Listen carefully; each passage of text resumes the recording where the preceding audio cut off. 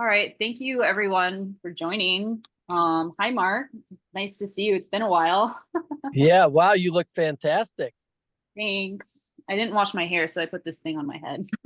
You look all done up like you're going to a special event. Oh, I have interviews. I'm interviewing two people today with my business partner. They worked for her before, and then I have a school tour for my son. So I was like, I should probably not like wear workout clothes and put some clothes on. Look like a decent human being. Because when I'm No, in I Hidden Valley, just want to I'm compliment you. Look great. thank you. Um, okay, so today we're gonna talk about raising capital.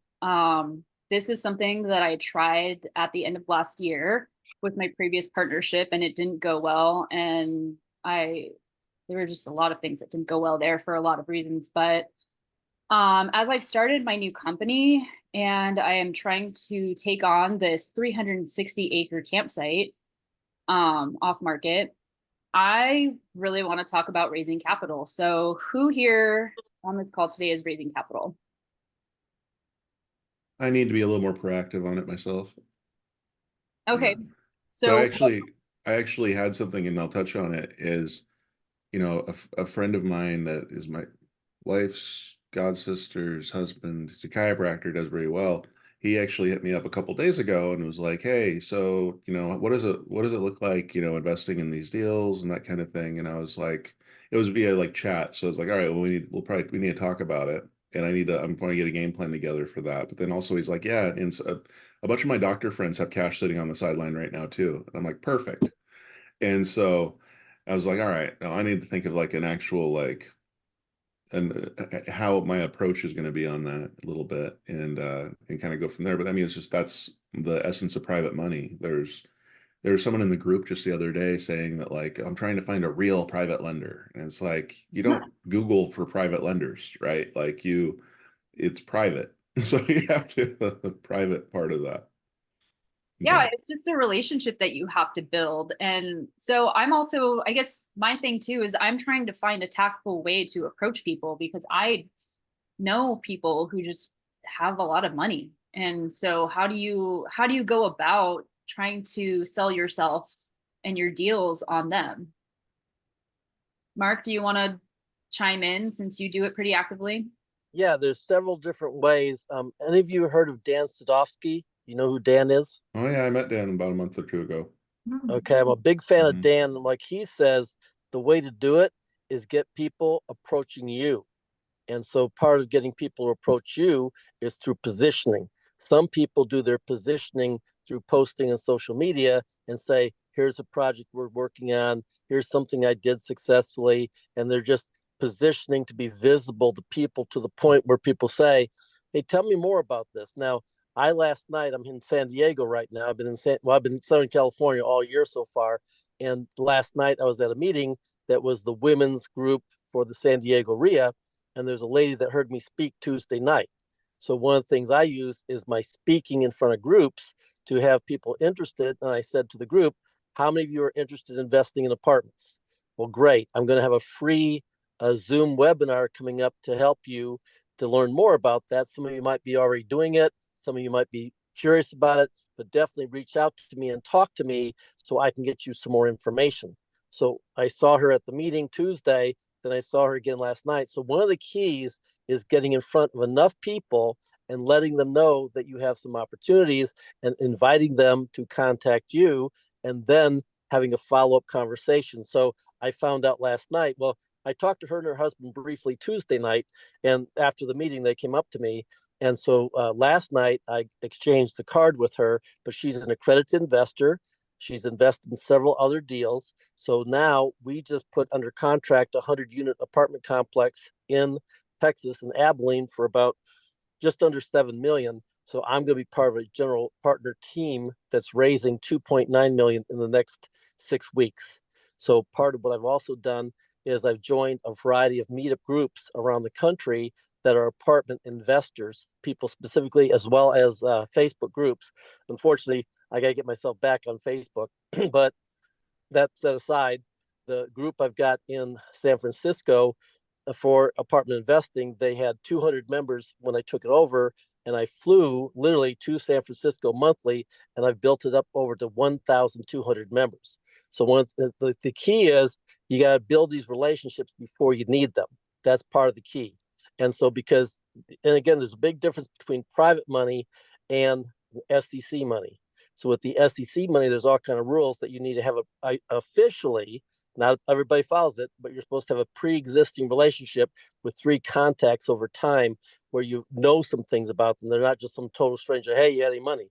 And then the other key is these people with money, they often have a network with people of like-minded people who have money. So probably as much as a third to 50% of the money I get comes from people who are already either investing with me or they refer me. So a lot of the stuff I do is referrals, but I've raised and paid back over $3 million. That was back mostly in Texas.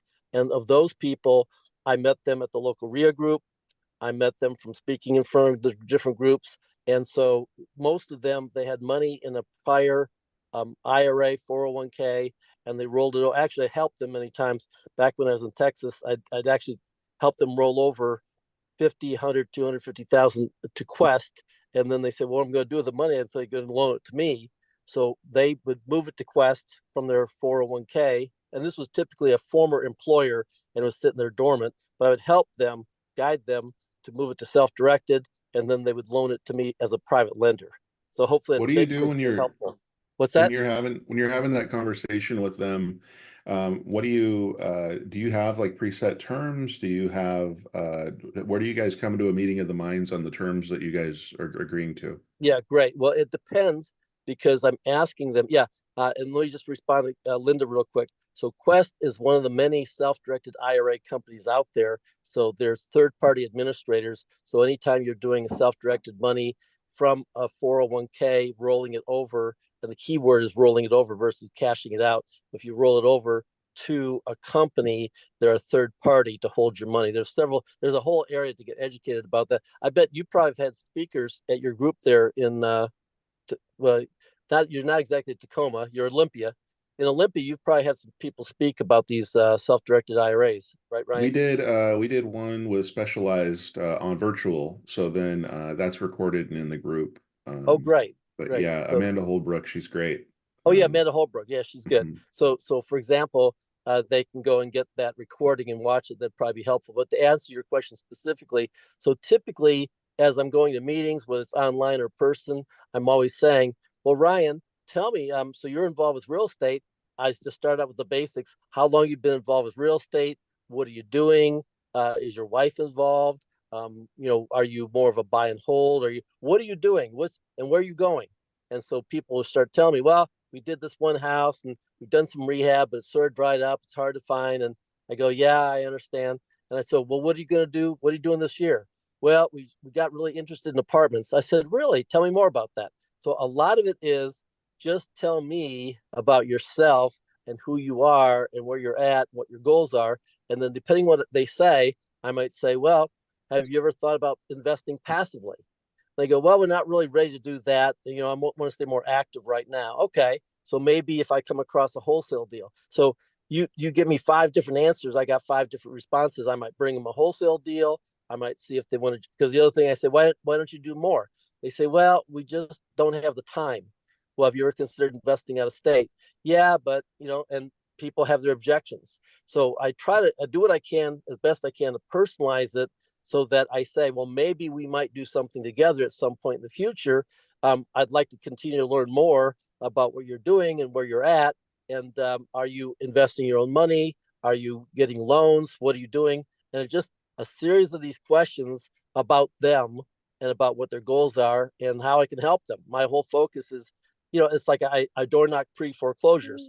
So everything I do, I say it's about them. I might ask them, are you interested in probate, foreclosures? And they might say yes. And I say, well, do you have any? And they say no. I say, well, I do. Would you be interested in investing either passively or actively? And that's the big differentiation I make. I'm looking to find out, are they passive or active? And if they're passive, I'm going to say, do you have some money to invest? And well, not much. And I said, well, do you have a 401k or IRA? Well, yeah. I only got 250,000 though in California. There's nothing you can invest in. Well, depending, you might be able to borrow up to 50% against your 401k. So I'm just going down the rabbit hole, the path, depending on who they are, where they're at. And most of the time, I'm just looking to get the initial relationship, have a follow-up conversation, have a series of conversations, and mostly invite them to get on a Zoom with me with some of my business associates where they're talking about, oh, well, we did this 40 unit. Let's talk about what we did with that and how we found it. And it went up over 20% the first year. And so a lot of it is just getting them comfortable with the education that we're having a successful track record. So the way you structure your deals is are they all JVs or do you syndicate anything? So the apartment complex that we did in San Antonio was a syndication. So we need an SEC attorney. So we had to follow certain rules there. And so I raised money for that one between people in my network, plus also new people that were in San Francisco in my group there. At my peak, I had 21 meetup groups around the country. So I've had people invest from the Atlanta group and from the New Mexico group, and I actually had a couple groups in Seattle at one point. But my mindset is where's people got money. So in the Seattle market, there's a lot of people with money, and all through California, there's people with money. So it's like, where are accredited investors? A lot of my focus is I'm looking for people who are accredited investors because they're easier, because they can qualify for things. You know about the basic rules on SEC and accredited investors at all? So you can have, depending on, there's a public type one you can do where you can more publicly advertise, and most are what's called, it's called a private placement for a reason. And the reason they call it private is because you can't just post an ad on Facebook, or you can't just publicly promote it. You have to do it following the SEC guidelines. So the main thing is, anybody here interested in investing in apartments? Great, we got 10 people, let's talk. And so I'm just looking for the people raise their hand and then have a conversation. Go ahead. How long does it take you to get your PPM in place, and how much did it cost? Because ours took a Yeah. really long time to get Yeah. and really expensive. If you have the right, again, I work by referrals, but if you have the right SEC attorneys, we've been able to do it for between, most of the time, 15 and 18,000. There's some out there that'll charge you 25 and 35 in a heartbeat, but you can get them done for, and again, because you can break it down to components, because there's the different pieces of it, and then you got to find out what's it going to cost for everything, because there's a subscription document, there's a private placement memorandum, and there's the operating agreement. And so, because there's two parts too, because especially with apartments, for example, or any kind of commercial property deals that you're doing, you have, typically it's being held in an LLC. So you have your operating agreement with your LLC, and typically you're creating, like when we do the apartments, each apartment complex has its own LLC that we're doing, and then there's the SEC documents in conjunction with that. But we're expecting to have our docs done within about 21 days. That's really fast. Ours, I think too, because the securities we were trying to do were all like on blockchain. We were trying to like integrate technology into it. So I think that's why it was more expensive, and why it took, I swear it took a year to get our PPM done. A year? It's like, and I think it costs like 75 grand. Yeah. Oh man. Um, Most apartments, the people I know that do apartments, it's been, again, you get a better deal if you got referrals with the right people, but I've seen it between 12, 15, 18 is what, probably 80% of it, those with the experience in the network, because we talked to each other who to use. And a matter of fact, the general partner, he originally had a guy that was the wrong guy, and I brought him somebody else. And so, and then the other thing too, on these apartment deals, we have what's called a KP, or key principal, and they're the one who's got the success track record and the net worth to qualify for the loan. Because depending on the deal, like the deal we did in San Antonio, we had a loan for about 3 million, and the purchase price was about 4 million. So I brought in a key principal that was actually from Long Island, and normally he didn't even do deals that small, but he liked the deal, and so he put up the net worth to sign for the loan, and he had the experience. is No, that's anyone not a else, security card. What's that?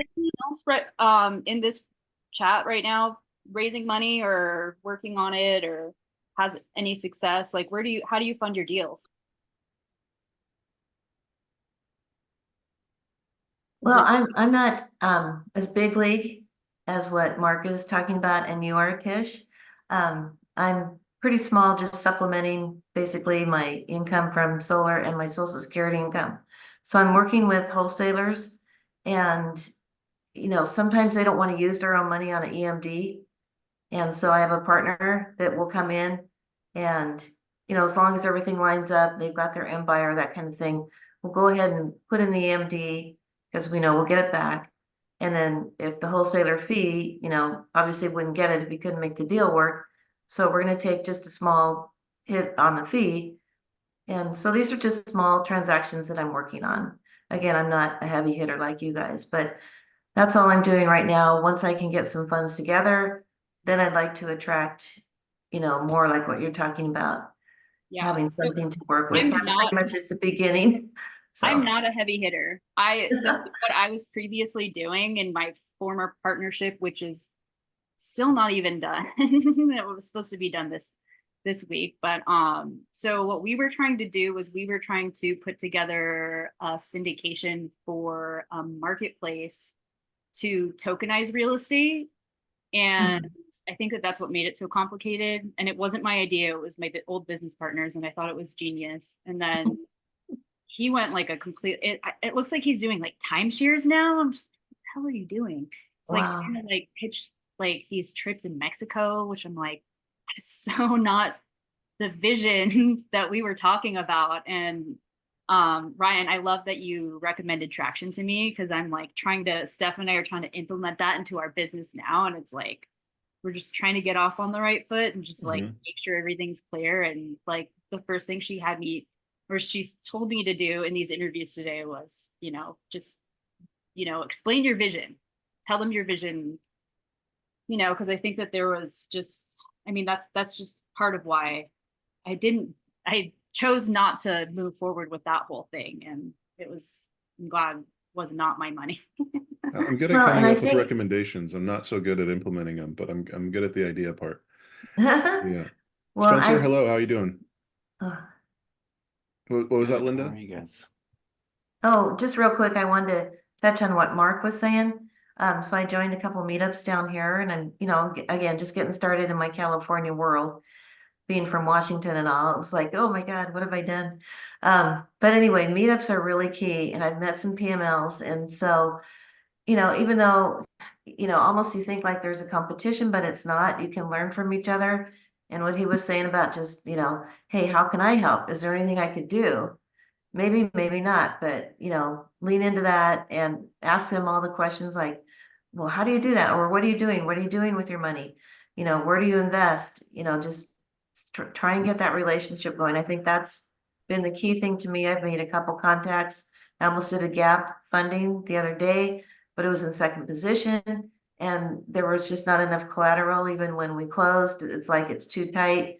I ran it by a couple other groups, some investors, and they're like, no. And he was the seller builder guy. It's a fix and flip. He was complaining that his PML was charging him too much. I'm like, oh, so you want me to shop it and see if I can do better? I said, sure, I'll give it a try. And I got back to him and I go, dude, you've already got your house in first position. There's nothing left.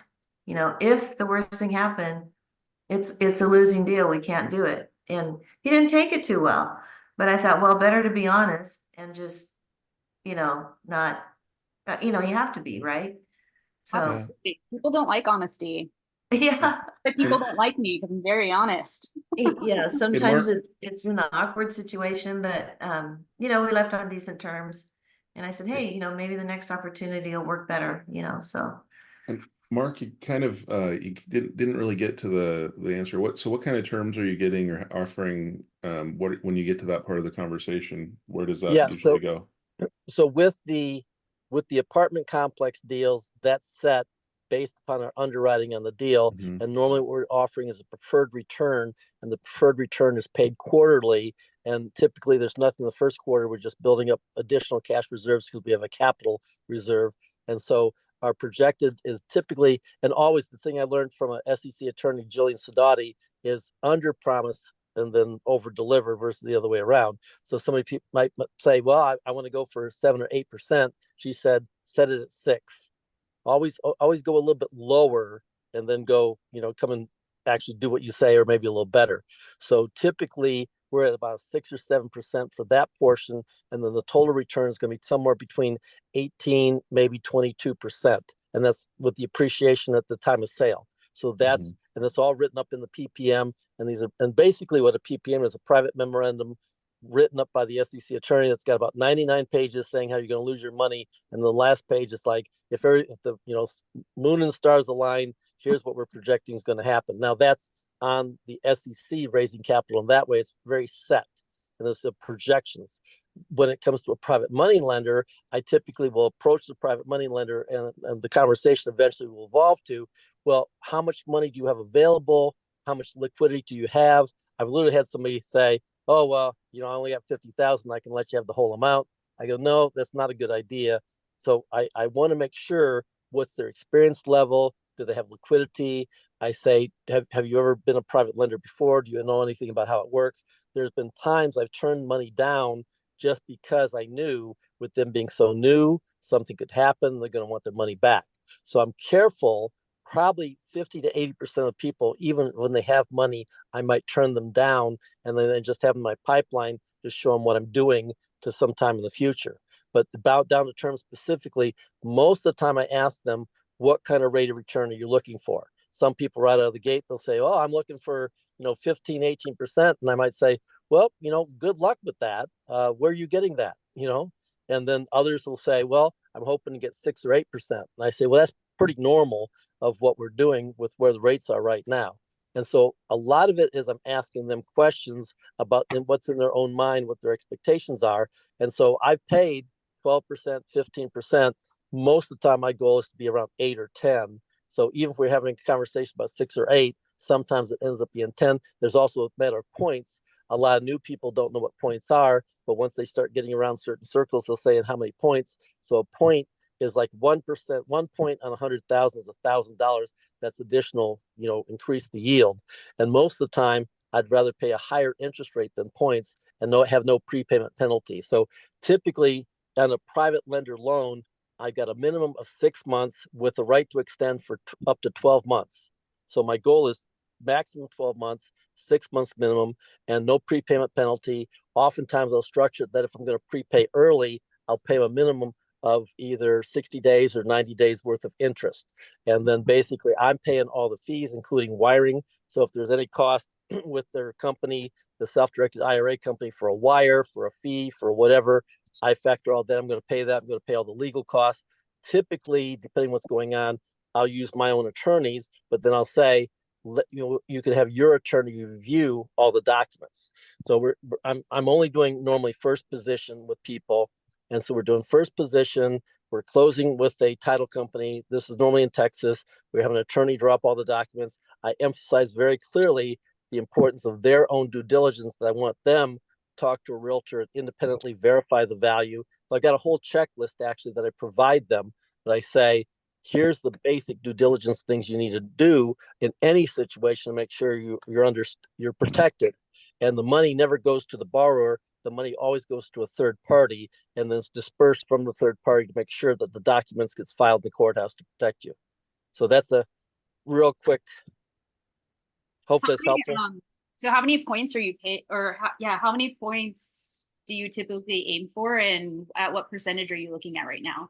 When I've done hard money in the past, it was 12% and 2 points, and I would do that all day at 12% and 2. Then rates went down. Of course, this is before rates went down. And then one of the hard money lenders came back to me and said, hey, Mark, you've been a good customer, loaned you millions of dollars. I got $1 million plus sitting here. How come you're not using it? I said, well, because now I'm getting 6 to 8, no points. And I did a lot of that because I was going to meetings at Quest and I was meeting people and bringing people to Quest. So I probably brought Quest, I don't know, $1 to $2 million worth of people's money, and I was bringing it there. But then unfortunately, part of what happened was I'd bring somebody's money and they'd go to Quest meetings, and now Quincy Long and the other people there was telling them, oh, you can charge points, you can charge more, you can shop the money around. So it really hurt me because my private lenders were then leaving me and doing other things. And I thought, man, that was a mistake bringing them to Quest. So I don't bring anybody to Quest any longer. They sort of screwed up my private lender deal. So now that's like Amanda, I need to talk to her. I always want various people I can send them to that I'm comfortable, because the big problem too with these third party is a lot of times they screw up, or they screw up the paperwork, or there's a delay. And you got to be very careful if you think you need your money in a couple days, and it's like it's taking a week dealing with the IRA third party person. So there's these various things that come into play, and especially if they're moving the money, if they get currently with some Schwab or something, I mean, they're like pulling teeth to get them to roll the money over to a third party IRA company. So there's all these factors that come into play. Yeah, because you have to have in order to do the self-directed IRA, you have to have the custodian. It's very specific. You have to have a custodian, and then you have to, like everything has to flow in and out of that custodial account. Yeah, and I normally recommend that people have these custodian accounts. Now, sometimes people have set things up where they've got a self-directed IRA, a checkbook IRA, and I said, if that's what you guys find, I just want to make sure you set it up correctly because they don't make mistakes for the IRS or for accounting purposes and things like that. But now, the one other thing I was going to mention that's important too is I joined the Riverside, California group because they got what's called an exchangers meeting. So they do this exchangers meeting every Wednesday, and they have multiple exchanger meetings around the country. And in that meeting, it's about a 2-hour meeting where they're saying who's got something to sell and who's got money to lend and who's looking for whatever they're looking for. So basically, we can post in that group, and there's experienced people in that. There's brand new people and experienced people in that group that say, I got 5,000, 20,000, 50,000, or the heavy hitters say, I got $1 million available to place. So there's different networks you can get involved with where there are people got money. Most of the time, if you're brand new, first time coming in, they're like, well, who are you? We don't know you. So it's very important to develop that visibility where people get to know you and build those relationships. Do you use Yeah, a third party validation for the accreditation? You get like, do you have them go through when you're doing those?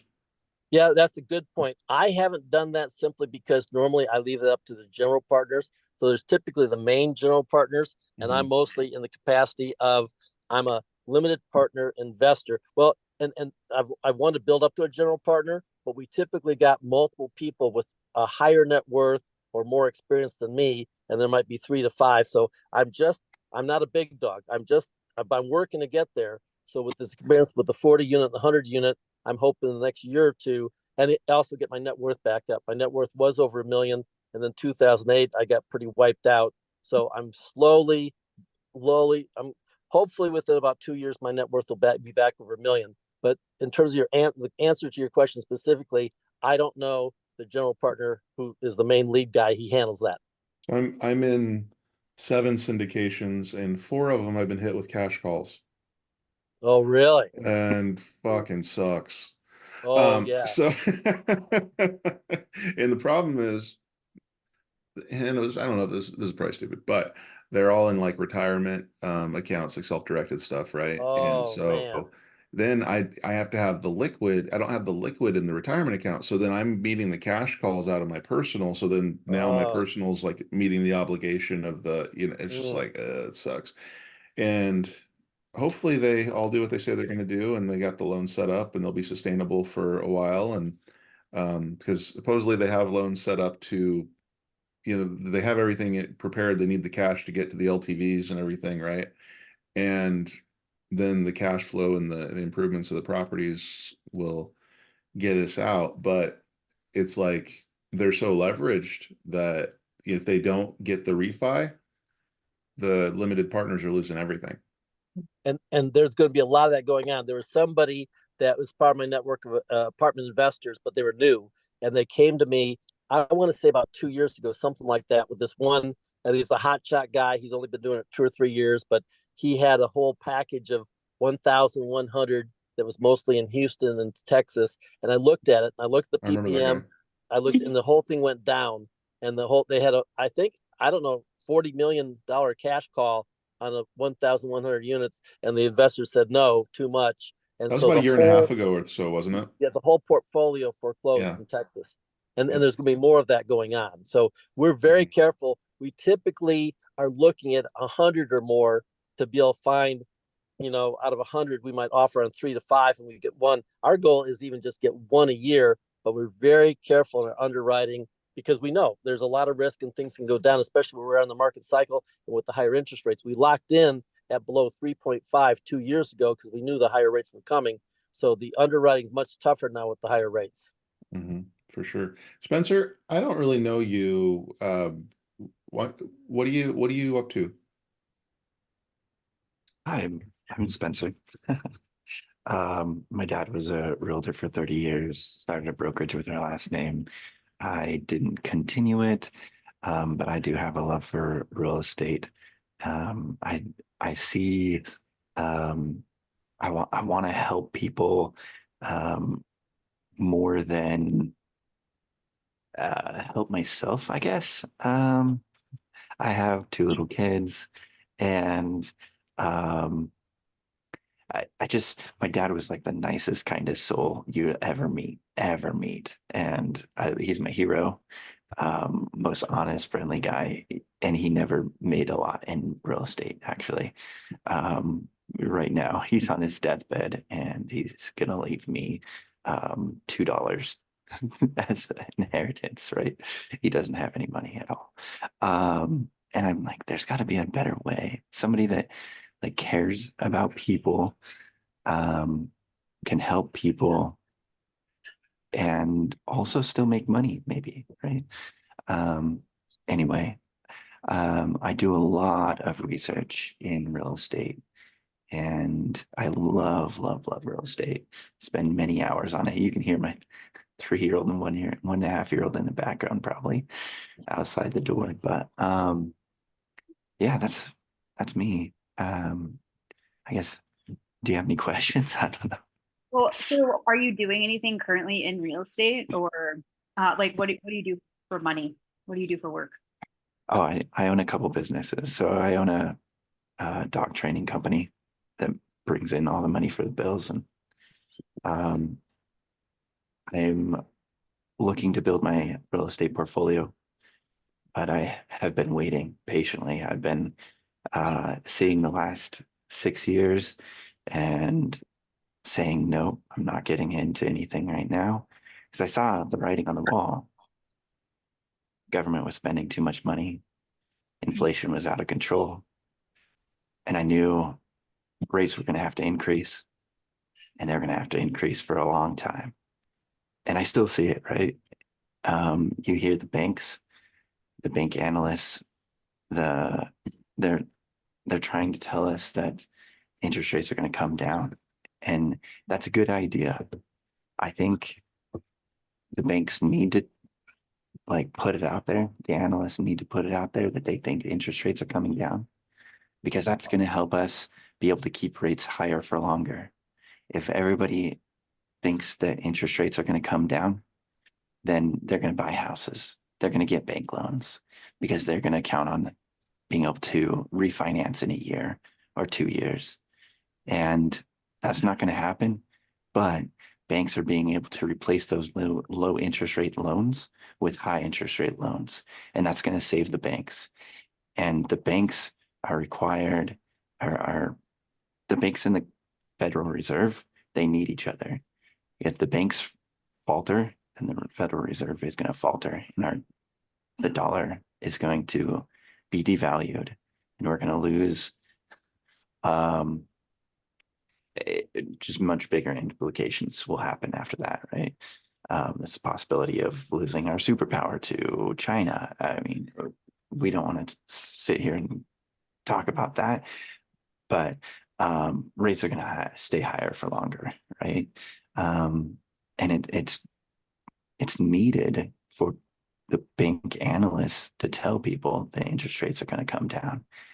And it's sad that we're duping people into getting those high interest rate loans on houses and replacing those low interest rate loans or the high equity that people have in their houses. It's really sad because they think that they're going to be able to refinance for low interest rate loans, but they're not going to be able to. I think it's going to be over 7% interest rates for decades. So this is actually another topic that I wrote down, and it was more of like following the bond market and how all of that works. So let's save that for another discussion. Mhm. Well, Back to raising capital. well, yeah, and I would Well, I would just, say to that, well, yeah, the current rates, market rates affect what you're going to be able to get. Because if you're getting, 5% in a savings account, right? Like, what are you able to offer? What are you offering to your to private lenders? But Spencer, we may talk another time, but there's money to be made in every market, so all of the story behind the high rates and people and exchanging everything. There's a shortage of housing. There's going to keep that's going to keep the values won't go down if there's people that are there to buy, no matter where they're getting their money. But if rates did go down and an election could maybe trigger that, when you were looking at it in 18, 19, 20, if you had bought then, you'd be sitting great on any of those properties now, right? And if rates go down, there is such pent up demand that you will see a frenzy, and rates may be more attractive, but you're going to be kicking yourself more for not buying the last 5 years, right?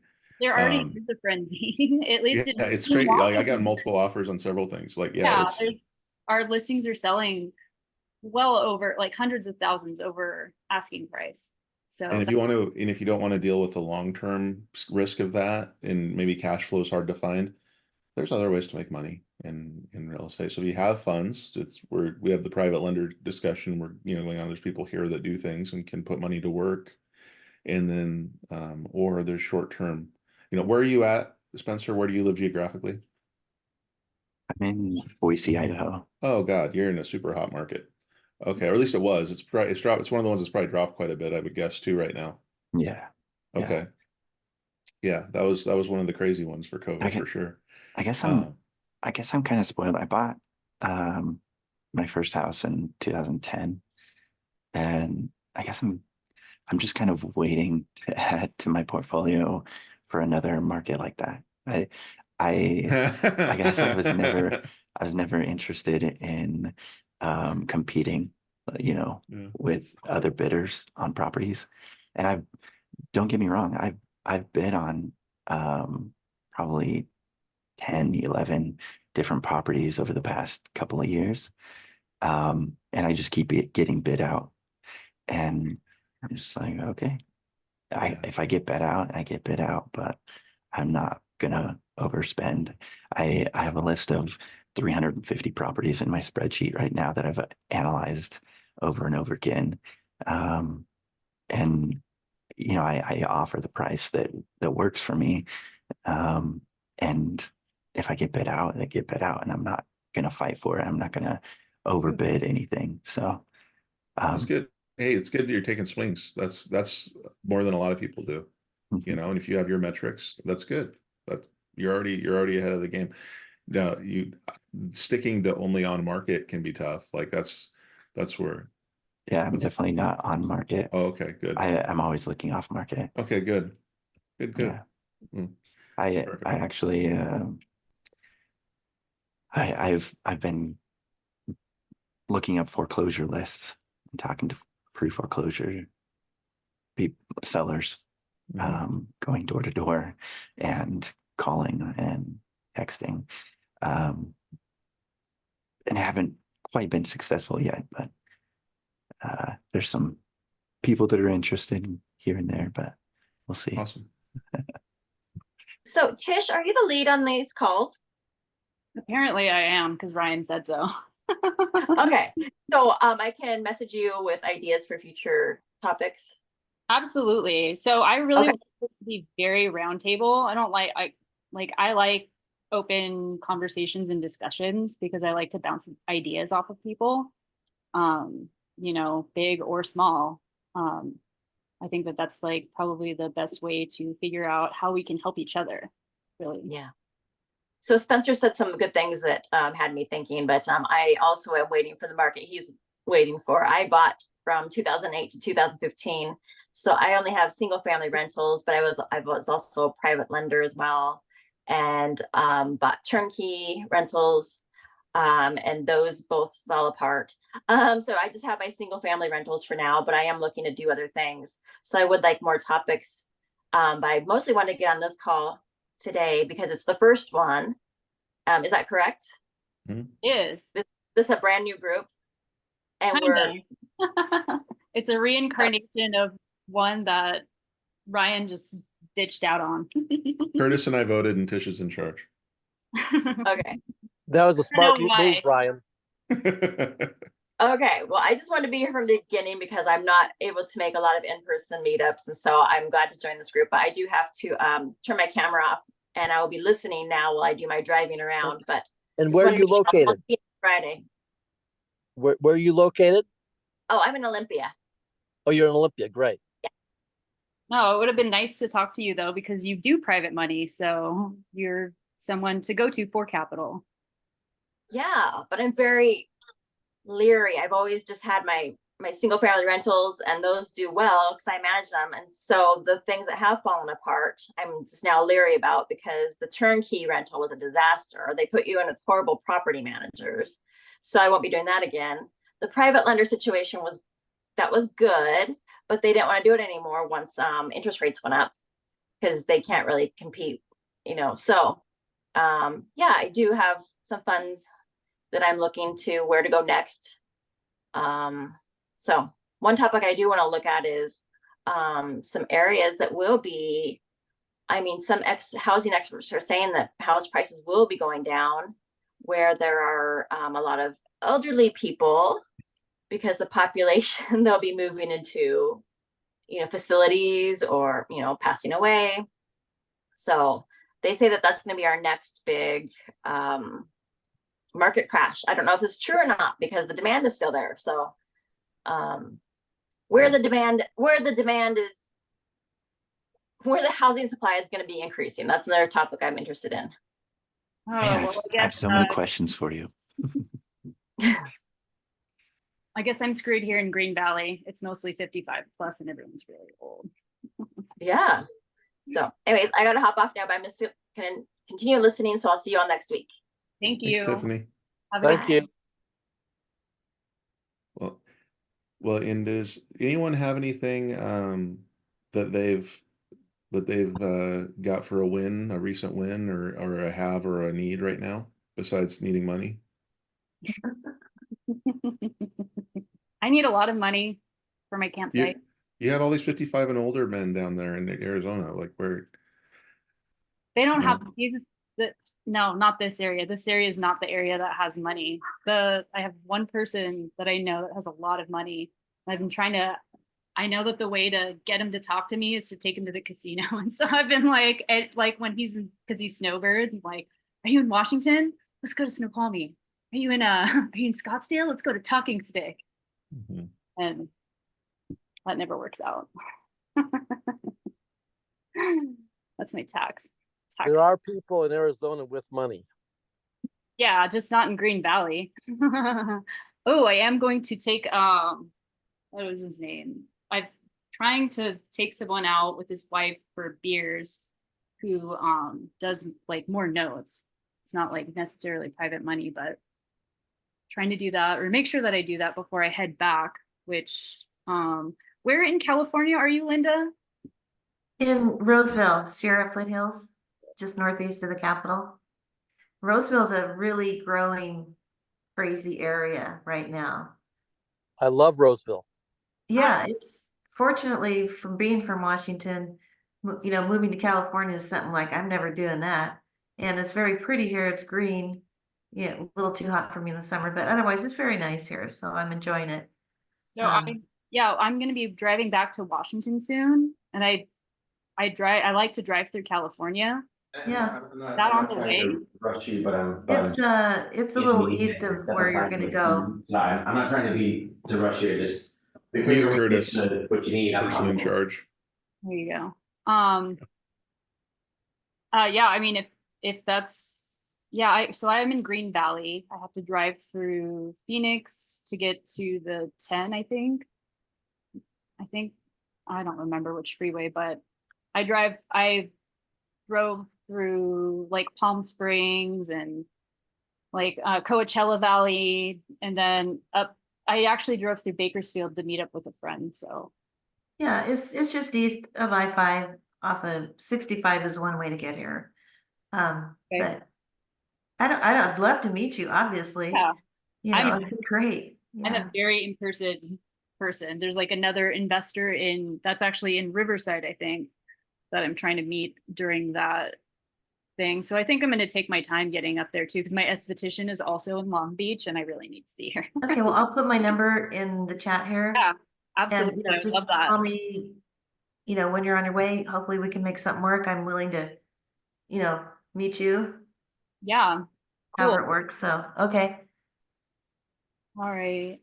So, Tish, did you see I got rid of the meth trailer? No, I didn't see that. And Yeah. lady. Yeah. So I had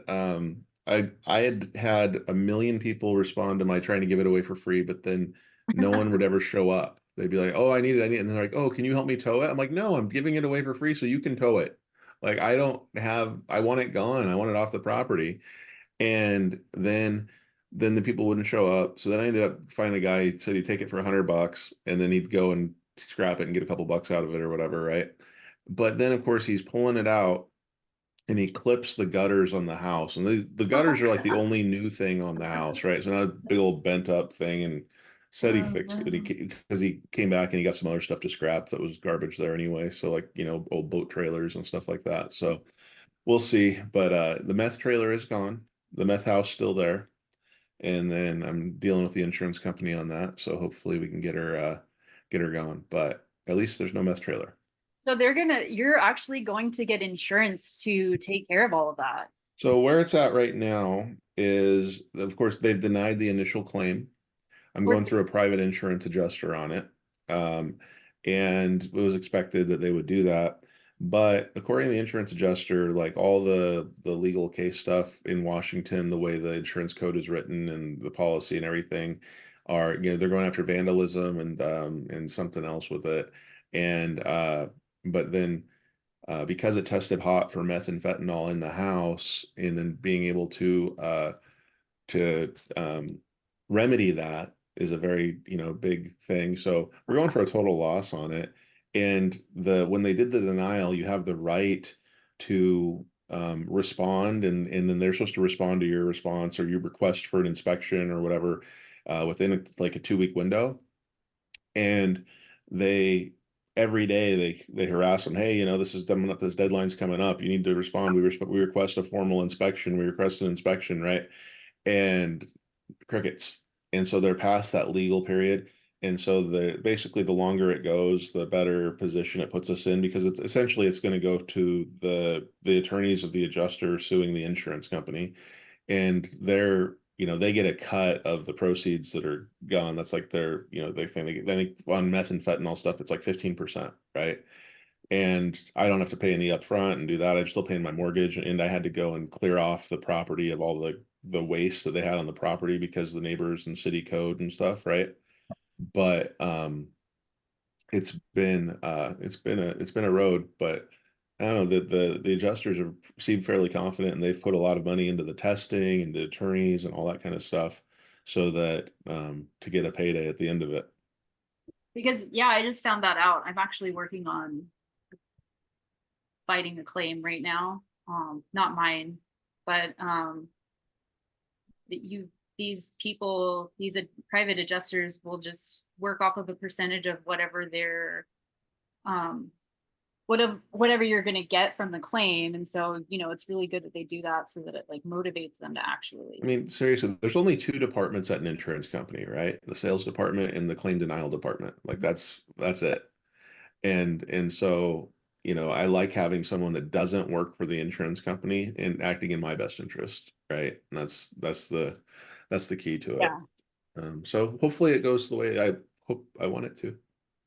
Well, Yeah. good luck with that. Yeah, it sounds like it could work out really well. I'm really glad I know that about meth, because I'm like, oh, maybe the next project I pick up, make sure it's a meth house. Well, I'm like, it depends where you are. And then also they said, the guy said, hey, look, just don't have an Allstate policy. The insurance adjusters, these adjusters know like which companies and policies to stay away from, right?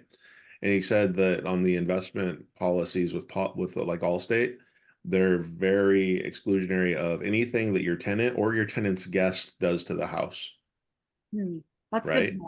So like, so I would go so far as to say, check with private insurance adjusters before you go and get insurance somewhere and say, where should I go? Even, and so the other thing, so here's something else I learned was, because I asked him, I said, hey, look, what's this going to do when this claim goes through for my insurance rates? Right. And so like all my long-term holds are through like one LLC, right? Well, that LLC is going to get like blasted with higher rates. So what you need to do is you start putting the properties into different LLCs or shift them all to a different one that doesn't have the claim so that that one, because that new business doesn't have the losses associated with it. And it's not Ryan Garrison getting the losses, it's that LLC getting the losses, Mhm. right? So We something probably ought to kind schedule a talk just about insurance and getting insurance and all the craziness in that area. Yeah, we could Yeah. do that. I use Elaine Eugenio, and I started using her because when my house was in a state, my regular guy wouldn't do it. And I love my regular guy. I keep my car insurance with him. He let me do it because I just finally transferred my tabs down to Arizona. Um, and he's been great. I think he's dealt with 2 totals and me sideswiping a guardrail. And so, like, but he wouldn't insure my house while it was in the estate. So I reached out to her and she does like all of my crazy stuff now. So she's even when I'm getting my GC, she's gonna do my um bond and insurance for that. Is she Arizona or Washington State, or will she do multiple places? She does multiple states. I can't remember what she does, but she does Washington, she does Arizona. And this is what I also love about her. I wanted her to insure my house here in Arizona, and she didn't have the policy that she felt that I needed for because I'm in an HOA and the HOA covers so much. She referred me to someone else who had that policy. So like that's how amazing she is. Oh, that's good. Well, and Mark, what you said, so Tiffany, who was just on, she was actually running for one of the seats of one of the things, the representatives or whatever, in the last election cycle. And she's up to speed on like the Washington, you know, craziness that we have with some of our landlord tenant stuff and things like that, because being a landlord and having that stuff. So if she hops on again another time, I'm pretty sure it was her that actually had that would be a good resource to have on that stuff too. But cool. Well, do you have anything else for us, Tish? No, I guess just does anyone have anything they need? Any needs? I've talked about all of my buyers that have needs. Just remembered Are you going to do this every Friday, Tish? Is this going to be an every Friday? every Friday, just like we did I called you guys my sausage fest. Even holidays, Tish. Even holidays. And no, we're not doing holidays. I'm gonna be in Washington for the next 2 months, so I need to like make sure that I blow things up and douche out on boats, all of that fun stuff. But yeah, does anyone have anything that they need? I need a shit ton of money for this campsite. So I need to How start much? working on my pipeline again. I've got I think I have another closing next week on the you didn't agent want to, side. What's Molly, that? Molly asked me if I wanted to work that great. Did she call you about Grace Yeah. Harbor? You Uh-huh. said no. I said I don't really do buyers, but I could tell me more. Like I I told was her to like, call me. yeah, she said that. She said that. It's fine. Well, then she gave me one that was like wanting to rent something, and I was like, I don't know. But but no, I need to get my pipeline going again with some new deals, get hit the phones. I've been um dealing with some projects, some problem properties, things like that. And now it's time to start building up the pipeline again. And I need to go with a game plan because I have some contacts and I haven't been as proactive as I should have been with raising money. And it definitely can come in handy because like Mark said, you don't want to be looking for it when you need it. You want to look for it before. It's the number one thing I focus on, even more than deals. Raising money before I need it. That's number one. So I have 2 things before we go, but does anyone else have anything they need or want to talk about they need so that we can keep an eye out or whatever? Real quick, Tish, how much are you looking to raise? That I don't know. I am still in talk, or I'm trying to get one of my follow-up. I have follow-up Friday, and one of my follow-ups today is to try to get a hold of someone at the council. So Okay, well, maybe you can reach out to me offline, because let me know what you got going on, because I talk to a lot of people all the time. Most of the time, what I've got may not fit them, but it's the networking. If somebody knows somebody, and maybe I can connect you with somebody. So if I know what you're looking for, I might, because right now I'm focused on helping raise 2.9 million. I'm going to be talking to a lot of people in the next 3 months. okay, it's gonna need to be a lot more than that, I know. But I figured that I could probably do it in phases because it's such a big site, and it needs $1 million in repairs. It's 360 acres, and so it's gonna cost a lot of money to buy. What And what are they asking? What's the asking price? that's the thing. They haven't said that what they're asking for yet. And they haven't even announced this, but they've told all of the leaders that they're selling it because they have I think 2 other campsites in the area, and this one just doesn't do well. And I'm just initially what I was going to do was offer to volunteer to market it right, to get it to generate the income that it needs to do the repairs, so that my son had a really fucking cool place to go to camping. We don't do camping, but this place is beautiful. It took. It's in Arizona, northern Arizona, or where is it? No, it's in Tucson. Oh, it's in Tucson. Yeah, Okay. 30 minutes from me, but BFE Tucson. So um I'm trying to work all of that out now. I'm just trying to get in before anyone else does. Yeah. Well, just a thought is doing a master lease option where basically you would help with the managing it, but having an option to buy it. So that way you get in, you get to see all the numbers, you get, all that kind of stuff before you buy. And just a thought, but I've had somebody did that successfully with an apartment complex before. There was a major turnaround situation, and then they decided actually to pass when they actually got inside and saw some additional problems they weren't aware of. But so there's, again, happy to help in any way I can, you or anybody else. Cool, thank you. Does anyone else have anything they need before I need some second position money if anybody is knows someone who'd be comfortable being in second position. got funds? How long? Yeah, what do, 6 to 12 months on most of them. How much do you need? Currently about 750. 750,000? That's across different projects, but we've got dadu projects that are generally 250 is what's needed. Okay, so 250 a project. what's who has the first lien on it? Is it the homeowner Hard money or lender. is it Hard money lender. private hard money lender? Oh, Yeah.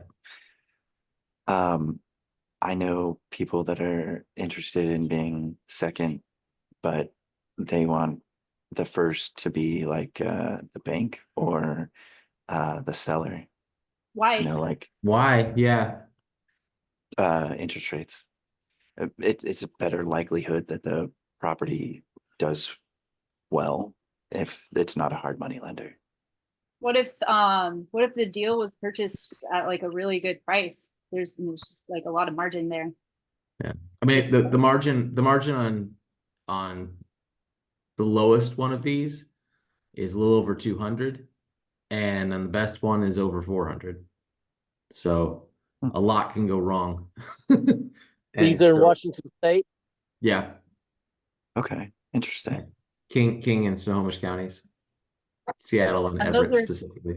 And that's the market that my team sells in, and it's a frenzy. We need houses. I telling you guys, I do not work with buyers. Everyone that I have right now is a buyer, and I have nothing for them. We need houses in Washington. We need housing in Washington. So yeah, Washington deals are where it's at. That's not why I'm spending my summer there. I'm spending my summer there because it's too fucking hot here. Let's face it. That's true. That's actually why I'm looking for property up there, is because I know people that want to snowbird up there for the summer in Washington. So yeah, that's it. And goes to your point that it's a hot market. It's because everybody wants to move up there for the summer, be snowbirds up there. Well, yeah, it's a really hard market. Not only do people want to snowbird up there, but people want to live there. There's a lot of really good economic drivers. I'm from Pierce County, and they're going to be building an airport there, and that's just going to drive everything up even more than it already is. And I convinced my sister who's moving to Austin to keep her house there. She's just like, oh, maybe I should sell it. I'm like, okay, first off, I think you're going to get a divorce. Second, I think you should keep this because it's a long-term play. You've got a like low interest rate on it, and you can make like she can make $3,000 a month off of it, renting it furnished. So like, that's the other thing. Like, I have my house just appraised for 505, and that's not a lot of money in Washington, right? For a house, I rent it for 3,700 a month. Like, people do want to be there. So it's a good, strong, solid market to invest in, and everything's going to appreciate. So Is yes. that the one that we were at? Yes. That rents for $3,700? Yep. Shut the hell up. Yep. I know, I'm looking Wow. for more. Ah. Man, I'm too cheap. Let's see. Well, I So negotiated that. I had to bounce off and take a call about one of my capital calls. It was actually about Cool. 2 of them. Well, Great. yeah, if you guys have nothing else, I'm thinking, so my big struggle is the same as Ryan's, like leads. I'm not good with leads. I had a lead manager and an assistant, so I was just sent on appointments to close deals, and so leads is something I struggle with, and I think that's the next topic we should talk about. What do you think? Does that sound good? Essentially, we can chat offline, and I mean, get off the call, and we can figure out some different options, or maybe even open it up to other people, or Okay. just get some idea polls going even. Okay, or different we things could do people would seller look at. financing. That's what other people wanted to do, but you said Okay. I was in charge, so I was like, I- come on, uh-huh. it's capital raising. Mm-hmm. You're in charge. This is you. Cool. Well, I gotta bounce off, guys, but you can obviously keep going. I gotta get going right now. I need to go too. It's past my time to make calls. Yeah. So have a great weekend, everyone. All Thank right. you for coming. Thanks, everyone. See you See next you week. guys. See Bye. you.